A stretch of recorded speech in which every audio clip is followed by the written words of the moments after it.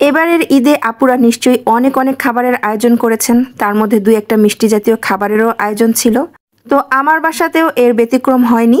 আমিও একদম সাধারণ দুইটা মিষ্টি জাতীয় খাবার তৈরি করেছিলাম, যদিও এই সাধারণ খাবার দুইটাই আমার হাতের স্পেশাল, অন্তত আমার পরিবারের কাছে।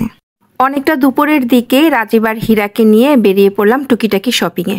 উদ্দেশ্য ছিল আমার 3টা বাপজানের জন্যই ঈদের পোশাক কিনবো। ছোট্ট বেবি দুইজনের জন্য বেবি শপ থেকে ড্রেস কিনবো, আর এই দিকে রাদের জন্য তো বরাবরই ইজিতে চলে আসি, তো রাদের জন্য ইজি থেকে কিনবো। তো ইজিটা যেহেতু প্রথমেই পড়েছে, তাই প্রথমেই রাদের জন্য ইজি থেকে 2-1টা টি শার্ট দেখছিলাম। একদম যেহেতু লাস্ট পর্যায়ে, তাই কালেকশন ওই রকম ভালো পেলাম না, তারপরও 2টা টি শার্ট আর একটা শার্ট নিয়ে নিলাম। শার্টটা অবশ্য খুব পছন্দ হয়েছিল আমাদের। যাই হোক, রাদের শপিং শেষ, এরপর আমরা বেরিয়ে পড়লাম।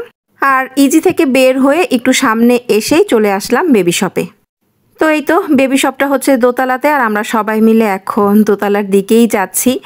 বেবি শপে সব হচ্ছে বাচ্চাদের কালেকশন, আর এখানে মোটামুটি কোয়ালিটি সম্পন্ন বাচ্চাদের ড্রেস পাওয়া যায়। রাজীব আর হীরা ওদের একমাত্র বেবি, যেহেতু একদমই ছোট, তার জন্য আসলে এই রকম মানে ডিজাইনার কিছু না দেখে কমফোর্টেবল কিছু, যেটা পরে বাবু অনেক আরাম পাবে, এইরকম কিছুই আসলে নেওয়া উচিত। আর সেই উদ্দেশ্যেই হচ্ছে বেবি শপে আসা। যদিও তুলনামূলক মনে হয় বেবি শপে বাচ্চাদের পোশাকের দাম বেশি, তারপর আমার কাছে মনে হয় কোয়ালিটি যেহেতু ভালো, আর বাচ্চার হেলথ নিয়ে যেখানে প্রশ্ন, সেখানে আসলে একটু দাম হলেও দামের বিষয়টা কম্প্রোমাইজ করা যায়।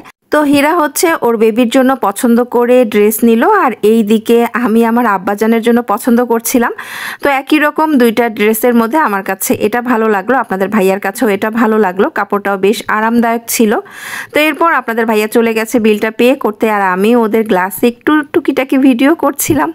আর বলেছিলাম না, একদমই টুকিটাকি কেনাকাটা, আমার পরিবারের 3জন ছোট সদস্যের কেনাকাটাই ছিল, এছাড়া আর কিছুই না। তো বিলটা পে করে আমরা এখন বাসায় চলে যাব। তার আগে আমি যেটা করলাম, একদম বেবি শপে দাঁড়িয়েই হীরার কাছে তাদের রাজপুত্রের গিফটটা দিয়ে দিলাম। ও আচ্ছা, তাদের রাজপুত্রের নামও কিন্তু রাজ, রাদের ভাই রাজ। নামের পাশাপাশি কিন্তু ওদের দুইজনের চেহারা তো অনেক মিল। রাদের ছোটবেলার ছবি আর রাজের এখনকার ছবি মিলালে মনে হয় দুইজন হয়তো একই বেবি। তো ও যেহেতু একদমই ছোট, তাই এখন আর ক্যামেরার সামনে আনিনি। ইনশাল্লাহ একদিন হয়তো রাদের সাথে রাজকেও আপনারা আমার ভিডিওতে দেখতে পাবেন। তো শপিং থেকে বের হয়ে আমি একটু সুপার শপে এসেছি। এখানে এসেছি আমি নুডলস কিনবো, আর তার সাথে হচ্ছে আমার ফুড কালার আর এসেন্স দরকার ছিল। কি নুডলস কিনবো ভেবে পাচ্ছিলাম না, অবশেষে একটা নুডলস দেখলাম যেটা এর আগে আমি কখনো ট্রাই করিনি। দেখে মনে হলো যে না, এই নুডলসটা নেওয়া যেতে পারে, হয়তো রান্না করার পর দেখতে সুন্দর লাগবে। কিন্তু এটাই ছিল আমার সবচাইতে বড় ভুল। কেন বলছি, অবশ্যই যেদিন রান্না করব সেদিন শেয়ার করব। যাই হোক, এরপর আমি বাসায় চলে এসেছি, আর বাসায় এসে বড় শান্তি হচ্ছে, বাসায় এসে দেখি মেয়েটা প্রত্যেকটা রুম খুব সুন্দরভাবে গুছিয়ে ফেলেছে। মেয়ে বড় হওয়া হয়তো প্রতিটা মায়ের এখানেই শান্তি। আমরা যেহেতু প্রায় দুপুরেই বের হয়েছি, আর আস্তে আস্তে তো একটু বেলা হয়েই গেছে, তো বাসায় এসে আবার রান্নাবান্না করতে গেলে দেরি হয়ে যাবে। তো আপনাদের ভাইজান বলল যে বাসায় গিয়ে রান্না করতে হবে না, কখন রান্না হবে কখন খাবো, এক কাজ করি আমরা যাওয়ার সময় কাচ্চি নিয়ে যাব। তো তার কথা অনুযায়ী আমরা আসার সময় কিন্তু কাচ্চি ভাই থেকে কাচ্চি নিয়ে এসেছিলাম। যদিও আলাদা আলাদা প্যাকেট ছিল, পরবর্তীতে আমি ভাবলাম সবগুলো একসাথে একটা সার্ভিং ডিশে বেড়ে ফেলি, তাহলে অনেকটা ঘরের খাবারই মনে হবে। সাথে ছিল আলু বোখারার আচার, যেটা দিয়ে কাচ্চি খেতে অনেক বেশি ভালো লাগে, আর তার সাথে বোরহানি না হলে তো নাই। যদিও ঘরে এখন যেই 6জন সদস্য আছি কাচ্চি খাওয়ার উপযুক্ত, তাদের মধ্যে 3জন বোরহানি পছন্দ করে আর 3জন করে না। আমি, রাজীব আর আপনাদের ভাইয়া বোরহানি খাবো, আর এই দিকে রাদ্রদোষী এবং হীরা খাবে আরসি। এখন সবকিছু বেড়ে নিয়েছি, খাওয়া দাওয়া শেষ করে একটু রেস্ট নিব, কারণ সন্ধ্যার পর থেকে আবার রান্নাবান্নার ঝামেলা আছে অনেক। আর যেই ঝামেলাটা ঈদের আগে প্রতিটা সংসারী নারীর হয়ে থাকে। উৎসব মানেই যে যার সামর্থ্য অনুযায়ী কিছুটা হলেও ভালো মন্দ রান্না করার চেষ্টা করে। আর বছরে 2টা ঈদ মানে আমাদের সবচাইতে বড় 2টা ধর্মীয় উৎসব।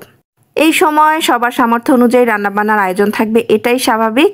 আর এই রান্নাবান্নার মধ্যে সবাই মিষ্টি জাতীয় 2-1টা খাবার তৈরি করে, এর মধ্যে সেমাইটা হচ্ছে কমন। যদিও আমার ঘরে লাচ্ছা সেমাই একেবারেই তৈরি করা হয় না, কারণ আপনাদের ভাই একদমই পছন্দ করে না। তো সে যেহেতু স্টিক সেমাইটা পছন্দ করে, আর স্টিক সেমাইটাই তাই করার চেষ্টা করি।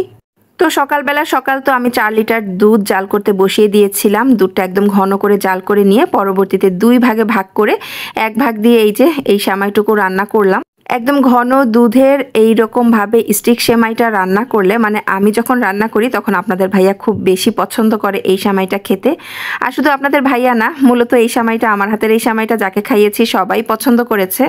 যাই হোক, সেমাই রান্না হয়ে গেলে হালকা একটু ঠান্ডা করে আমি একদম সার্ভিং ডিশে বেড়ে নিয়েছি। তারপর উপর দিক থেকে আমি একটু বাদাম কুচি দিয়ে সাজিয়েও নিয়েছি। এরপর চলে এসেছি মিষ্টি জাতীয় আরেকটা খাবার তৈরি করতে, আর আজকে আমি তৈরি করছি ফালুদা। এই যে বাকি দুধটুকু দিয়ে ফালুদা তৈরি করছি, দেখতেই পাচ্ছেন দুধটা একদম জাল করতে করতে কিন্তু একদমই ঘন হয়ে গেছে। এরপর এর মধ্যে সামান্য পরিমাণে চিনি এবং সাগুদানা দিয়ে আমি আবার ভালো করে জাল করে অনেকটা পায়েসের মতো তৈরি করে নিয়েছি। আর যেহেতু আমি আজকে ফালুদা তৈরি করব, তাই অনেকটা দেখার সৌন্দর্যের কথা চিন্তা করে হলেও আমি 2 কালারের জেলি বানিয়ে নিচ্ছি। তো আজকে আমি আগার আগার দিয়ে জেলি বানিয়েছি। প্রথমে অরেঞ্জ জেলিটা বানিয়ে সেটা একটা সার্ভিং ডিশে ঢেলে রেখে এসেছি, জমাট বাঁধলে পরে কেটে নিব। আর পরবর্তীতে চলে এসেছি গ্রিন কালারটা বানাতে। তো আমি যেহেতু আগার আগার দিয়ে জেলি বানাচ্ছি, এখানে কিন্তু 1 টেবিল চামচ পরিমাণ আগার আগার নিয়েছি আর 2 টেবিল চামচ পরিমাণ চিনি, সাথে দিয়েছিলাম, যেহেতু গ্রিন কালার তাই দিয়েছিলাম লেমন ফ্লেভার, আর অরেঞ্জ কালারের জেলিটাতে দিয়েছিলাম অরেঞ্জ ফ্লেভার। সাথে মিক্সড করেছিলাম সামান্য পরিমাণে গ্রিন ফুড কালার এবং অরেঞ্জ ফুড কালার। এরপর 1 কাপ পরিমাণে পানি দিয়ে পানিটা ফুটে ওঠা পর্যন্ত জাল করেছি। আর জাল করা হয়ে গেলে একদম পাতলা সার্ভিং ডিশে ঢেলে নিয়েছি। আর এই জেলি জমতে একদমই সময় লাগে না, 3-4 মিনিটের মধ্যে জমেও গেছে। এরপর আমার পছন্দ মতো সাইজ অনুযায়ী আমি কেটে নিয়েছি। সাগুদানা রান্না করা হয়ে গেছে, জেলি তৈরি করা হয়ে গেছে, আর এখন হচ্ছে ফ্রুটসের পালা।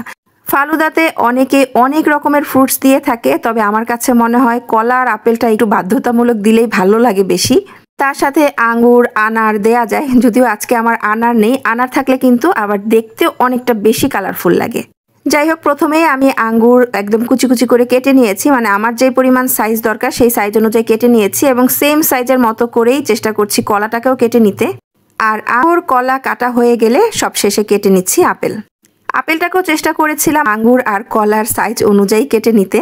সেমাইটা আপনাদের ভাইয়া খুব বেশি পছন্দ করলেও রাজ্যদশীর কিন্তু ফালুদাটা অনেক বেশি পছন্দ। আর বিশেষ করে আমি যখন একদম ঘন দুধ দিয়ে এভাবে ফালুদাটা তৈরি করে দেই, সেটা তারা তো আরও বেশি পছন্দ করে, বলে যে আম্মু তোমার হাতের ফালুদাটা না রেস্টুরেন্টে যখন কিনে খাই তার চাইতেও বেশি মজা লাগে। যাই হোক, ফালুদা তৈরি সব কিছু আমার তৈরি হয়ে গেছে।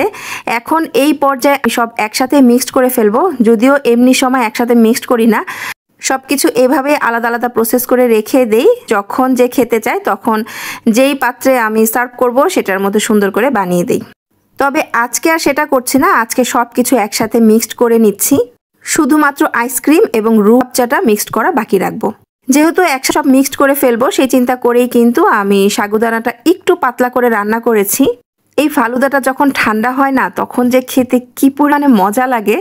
অনেক সময় দেখা যায় যে নিজের রান্না নিজের মজা লাগে না, তবে আমার কাছে আমার হাতের এই ফালুদাটা নিজেরও অনেক বেশি ভালো লাগে। যাই হোক, কথা বলতে বলতে দেখতেই পেলেন আমি ফ্রুটস, তারপর হচ্ছে জেলি, যা যা ছিল সব কিছু একসাথে মিক্সড করে নিয়েছি।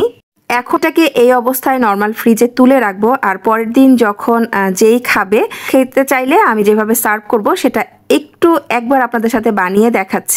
তো ফালুদা সার্ভ করার জন্য আমি এইরকম একটা গ্লাস নিয়ে নিয়েছি। এখন এর মধ্যে মিক্সড করা ফালুদাটা দিয়ে দিব। সাগুদানার মিশ্রণটা দেওয়া হয়ে গেলে এখন এর মধ্যে দিব আমি আইসক্রিম। তো এই ফালুদার জন্যই আমি নিয়েছিলাম স্ট্রবেরি আইসক্রিম। এখানে যে যার পছন্দ আইসক্রিমটা নিতে পারে, তবে আমি স্ট্রবেরি নিয়েছি। এর পিছনে 2টা কারণ, একটা হচ্ছে রাজরুশি স্ট্রবেরি ফ্লেভারটা পছন্দ করে, আরেকটা হচ্ছে স্ট্রবেরি আইসক্রিমটা যেহেতু পিঙ্ক কালারের থাকে তাই ফালুদাটা তৈরি করার পর অনেক বেশি কালারফুল লাগে। যাই হোক, আইসক্রিমটা দেওয়ার পর ওর দিক থেকে আমি সামান্য একটু রুহ আফজা দিয়ে দিচ্ছি। আর দেখেন এখন এই ফালুদার গ্লাসটা দেখতে কতটা লোভনীয় লাগছে। রাজরুশির অনেক পছন্দের আমার হাতের এই ফালুদা। যাই হোক, এবারের ঈদে এই ছিল আমার 2টা ডেজার্ট আয়োজন। কেমন লাগলো অবশ্যই কমেন্ট করে জানাবেন। তার সাথে নুডলস করেছিলাম, আর নুডলসের রেসিপিটা ঈদের ঝাল রান্নাগুলোর সাথে আপনাদের সাথে শেয়ার করব। আজকে না হয় এই পর্যন্তই। ভালো থাকবেন সবাই, আল্লাহ হাফেজ।